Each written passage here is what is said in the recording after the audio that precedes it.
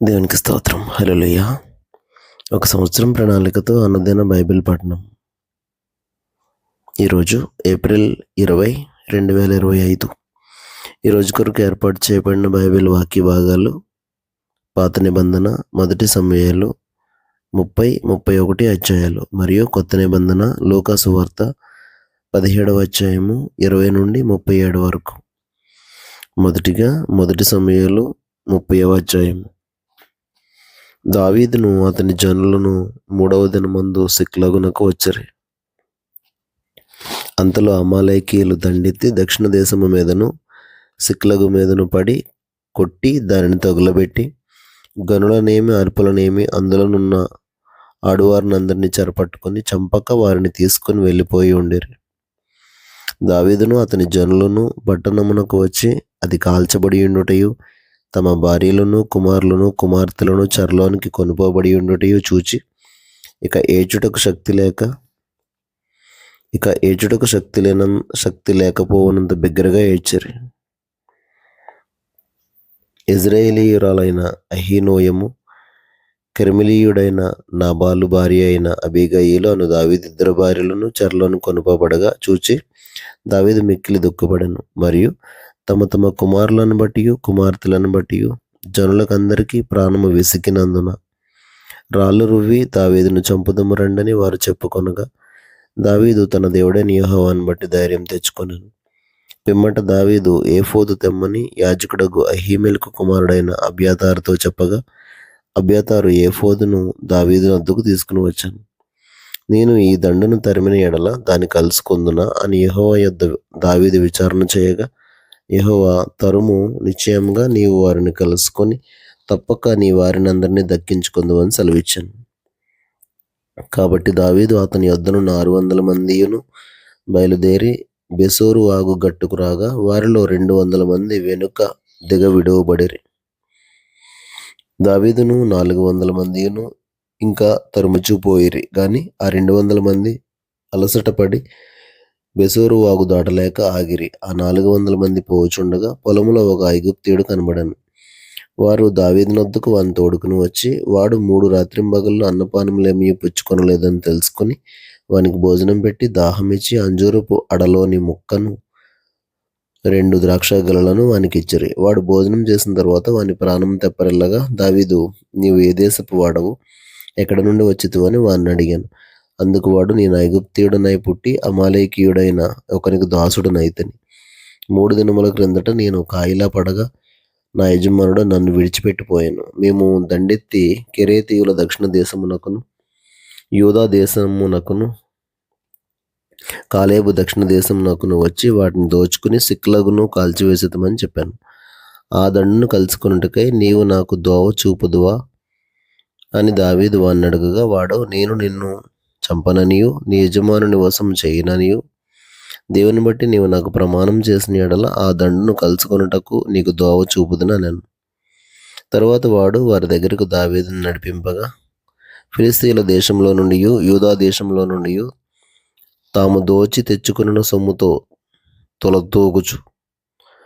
తొలదూగుచు వారు ఆ ప్రదేశం అంతటా చెదిరి అన్నపానములు పుచ్చుకొనుచు ఆటపాటలు సలుపుచుండిరి. దావీదు సంగతిని గ్రహించి సంధ్య వేళ మొదలుకొని మరునాటి సాయంత్రం వరకు వారిని హతం చేయుచుండగా ఒంటెల మీద ఎక్కి పారిపోయిన 400 మంది యవనులు తప్పించుకున్నవాడు ఒకడును లేకపోయాను. ఇలాగున దావీదు అమాలేకీయులు దోచుకొని పోయిన దానంతటినీ తిరిగి తెచ్చుకొనెను. మరియు అతడు తన 2 భార్యలను రక్షించాను. కుమారులేమి కుమార్తెలేమి దోపుడు సొమ్మేమి వారు ఎత్తుకుని పోయిన దానంతటిలో కొద్దిదేమి గొప్పదేమి ఎదియో తక్కువ కాకుండా దావీదు సమస్తమును రక్షించాను. మరియు దావీదు అమాలేకీయుల గొర్రెలన్నిటినీ గొడ్లన్నిటినీ పట్టుకొనెను.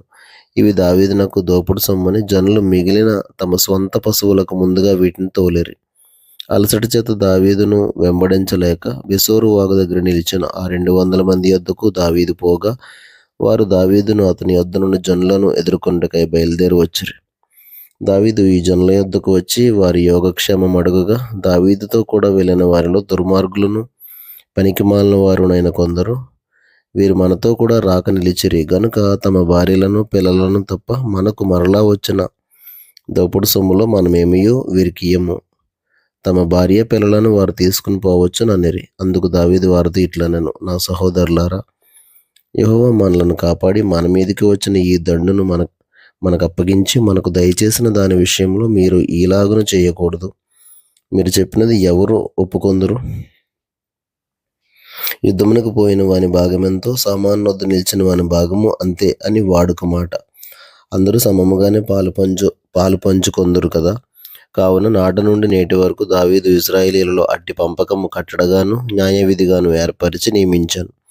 దావీదు సిక్లగునకు వచ్చినప్పుడు దోపుడు సొమ్ములో కొంత తన స్నేహితులైన యూదా పెద్దలకు ఏర్పరిచి, యెహోవా శత్రువుల యొద్ద నేను దోచుకున్న సొమ్ములో కొంత ఆశీర్వాద సూచనగా మీకు ఇచ్చుచున్నానని చెప్పి వారికి పంపించాను. బేతేల్లోను, దక్షిణ రామోతులోను, యత్తీర్లోను, అరోయేర్లోను, షిప్మోతులోను, ఎస్తెమోలోను, రాకాలులోను, యెరహ్మెయేలీయుల గ్రామముల్లోను, కేనీయుల గ్రామముల్లోను, హోర్మాలోను, కోరాషానులోను, అతాకులోను, హెబ్రోనులోను దావీదును అతని జనులను సంచరించిన స్థలములన్నిటిలోనూ ఉన్న పెద్దలకు దావీదు పంపించాను.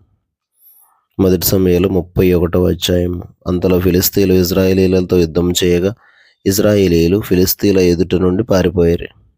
గిల్బోవ పర్వతం వరకు ఫిలిష్తీయులు వారిని హతం చేయుచు సౌలును అతని కుమారులను తరుముచు యోనాతాను, అబీనాదాబు, మెల్కీషోవా అను సౌలు యొక్క కుమారులను హతం చేసిరి.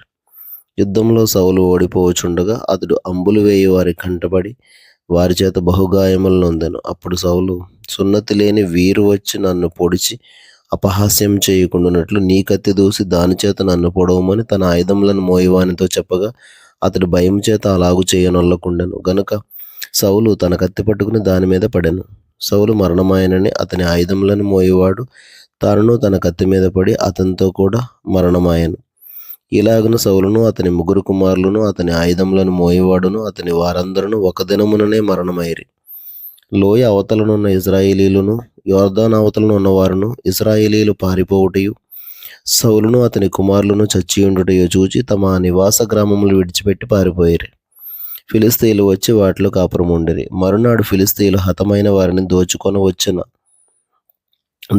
వచ్చి గిల్బోవ పర్వతం మీద పడిపోయిన సౌలును అతని 3 కుమారులను కనుగొని అతని తలను ఛేదించి అతని ఆయుధములను తీసి తమ బొమ్మల గుల్లలోను జనులలోను జయవర్తమానం తెలియజేయుటకై ఫిలిష్తీయుల దేశంలో నలుదిశలు వాటిని పంపిరి.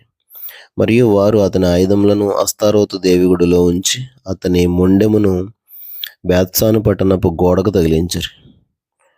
అయితే ఫిలిష్తీయులు సౌలుకు చేసిన దాని గురించిన వార్త యాబేష్గిలాదు వారు విని బలశాలులందరూ లేచి రాత్రి అంతా నడిచి సౌలు మొండెమును అతని కుమారుల కళేబరములను బేత్సాను పట్టణపు గోడ మీద నుండి దించి యాబేష్నకు తిరిగి వచ్చి వాటిని దహనం చేసి వారి శల్యములను తీసి యాబేషులోని పిచుల వృక్షము క్రింద పాతిపెట్టి 7 దినములు ఉపవాసం ఉండేరు.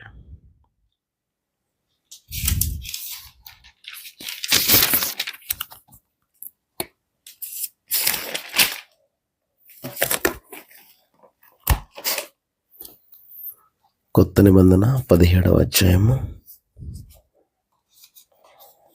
కొత్త నిబంధన లూకాసు వార్త 17వ అధ్యాయము 20 నుండి 37 వరకు.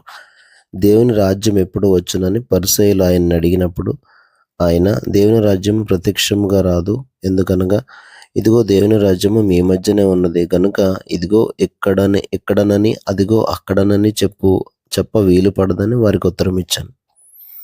మరియు ఆయన తన శిష్యులతో ఇట్లనెను, మనుష్య కుమారుని దినములలో ఒక దినం చూడవలనని మీరు కోరు దినములు వచ్చును గాని మీరు ఆ దినమును చూడరు. వారు ఇదిగో ఇక్కడనని అదిగో అక్కడనని మీతో చెప్పిన యెడల వెళ్ళకుడి, వెంబడింపకుడి. ఆకాశం క్రింద ఒక దిక్కు నుండి మెరుపు మెరిసి ఆకాశం క్రింద మరి ఒక దిక్కునకి ఎలాగూ ప్రకాశించునో అలాగున మనుష్య కుమారుడు తన దినమున ఉండును. అయితే ముందుగా ఆయన అనేక హింసలు పొంది ఈ తరం వారి చేత ఉపేక్షింపబడవలెను. నోవహు దినముల్లో జరిగినట్టు మనుష్య కుమారుని దినముల్లోనూ జరుగును. నోవహు ఓడలోనికి వెళ్ళిన దినము వరకు జనులు తినుచు త్రాగుచు పెండ్లాడుచు పెండ్లికి ఇయ్యబడుచు ఉండిరి. అంతలో జలప్రలయం వచ్చి వారిని అందరినీ నాశనం చేశాను. లోతు దినముల్లో జరిగినట్టును జరుగును. జనులు తినుచు త్రాగుచు కొనుచు అమ్ముచు నారు నాటుచు ఇండ్లు కట్టుచూ ఉండిరి. అయితే లోతు సొదొమ విడిచిపోయిన దినమున ఆకాశం నుండి అగ్ని గంధకములు కురిసి వారిని అందరినీ నాశనం చేసెను. ఆ ప్రకారమే మనిషి కుమారుడు ప్రత్యక్షమగు దినమున జరుగును. ఆ దినమున మిద్దె మీద ఉండువాడు ఇంట ఉండు తన సామాగ్రిని తీసుకుని పోవటకు దిక్కూడదు. అలాగే పొలంలో ఉండువాడును తిరిగి రాకూడదు. లోతు భార్యను జ్ఞాపకం చేసుకొనుడి. తన ప్రాణమును రక్షించుకొనగోరువాడు దాన్ని పోగొట్టుకొనును. దాన్ని పోగొట్టుకునివాడు దాన్ని సజీవంగా కాపాడుకొనును. ఆ రాత్రి ఇద్దరు ఒక మంచం మీద ఉందురు. వారిలో ఒకరు కొనిపోబడును, ఒకరు విడిచిపెట్టబడును. ఇద్దరు స్త్రీలు ఒక్క తిరుగలి విసురుచుందురు. ఒకటి కొనిపోబడును, ఒకటి విడిచిపెట్టబడును అనెను.